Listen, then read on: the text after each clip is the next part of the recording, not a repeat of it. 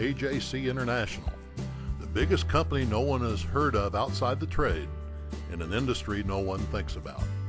This Atlanta-based global leader now generates over $1.5 billion in revenue from buying, selling, transporting, and distributing frozen foods worldwide.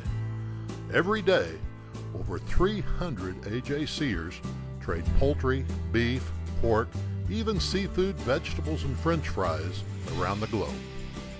AJC's remarkable climb to the top of the food chain would not have been possible were it not for 40 years of dynamic leadership from one of Atlanta's great business partnerships. The fateful alliance between founders Jerry Allison and Eric Joyner created the company's heart and soul. Jerry's the visionary, and I'm the executor. Jerry's very idea-driven. He can think of more ideas. I'm more data-driven. Eric was always a good balance to my desire to just do it. But his attitude was very good, and just do it. I mean, before Phil Knight at Nike came up with just do it, Jerry Allison was saying just do it. And if it doesn't work, we'll figure it out and do something different. And that's what we did. So we had tremendous bias toward action. And that bias toward action got us in a lot of trouble, but that bias toward action got us a lot of places because we were willing to try anything and make it work. It's just been incredible. I mean, I couldn't have had a better partner. That's a fact. Yeah, I don't think it could have been better. I think both of us feel that, thank God for partners. Neither one of us, I'm sure, feel we'd be as far as we are today if we didn't have the other to fall back on. Jerry and Eric's diametric personalities found complete harmony when it came to the business philosophies they formulated to guide the growth of AJC. Jerry and I are serial entrepreneurs. In the very beginning, when we started the business, we had the philosophy of making it easy for our customers and our suppliers. Just whatever they wanted, we would try to do it. So let me give you an example. So if we were selling a customer in France, and we wanted to make it easy to do business, and he's in Lyon, France, what would that take? Well, does he speak English? Well, no. Then to make it easy, we'd have to have somebody that spoke French. He wanted to buy it in French francs. That would make it easier than trying to buy it in US dollars. We have to do French francs. He wanted to buy it delivered to his door in France.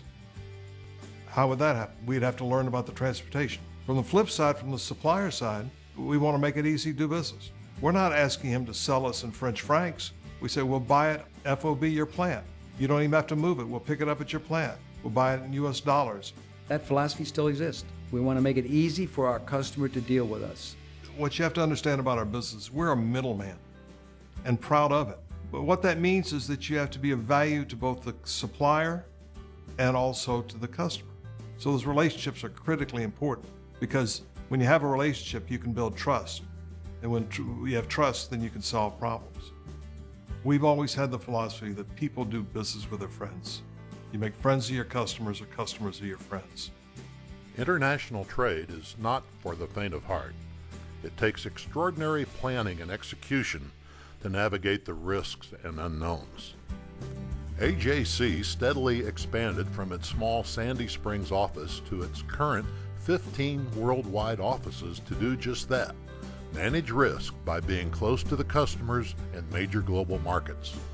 We always ask the what if. If something can go wrong, it does.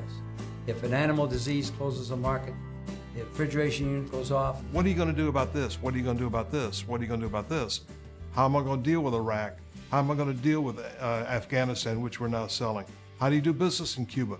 Those questions get a lot sharper because of our experience. Once they're confident that their due diligence has been exhaustive and risks have been mitigated, they make it happen. There's always a way to do the deal.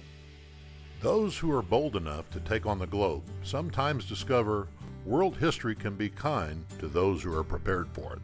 40 years ago, trade beyond one's own shores was very limited. But out of simpler times came great opportunity.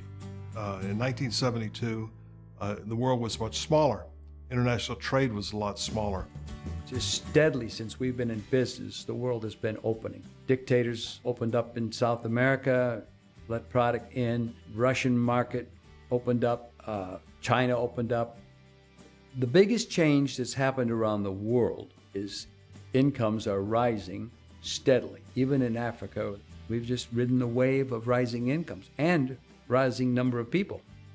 Being ready when opportunities presented themselves certainly played a role in their success. But Jerry and Eric know that without a doubt it was their team that took their creation to unimaginable heights. The single most important thing to our business is the hiring, training, motivating, and retaining good people.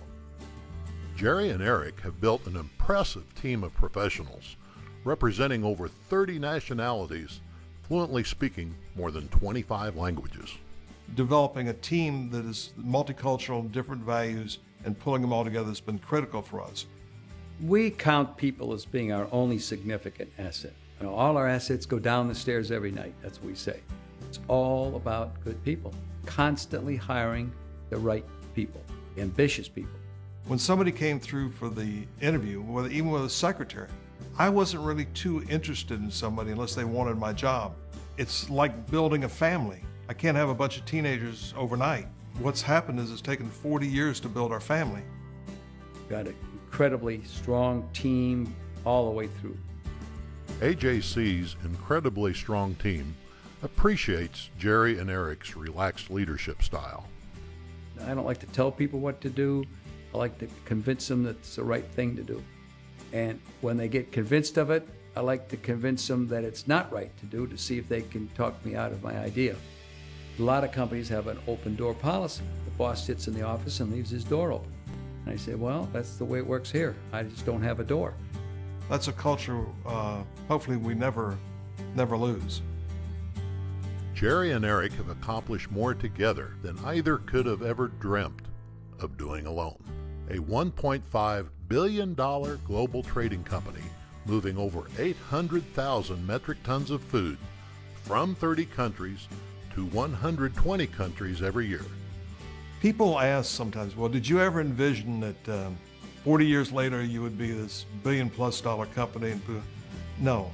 Our attitude was, and this was Jerry's attitude and my attitude, was just do better. We want to do better every year. Like I tell people, we didn't invent anything. The first trader was probably Marco Polo, and they've been doing it ever since. We didn't do anything new. We just did it better. That's what we thought, and maybe it worked.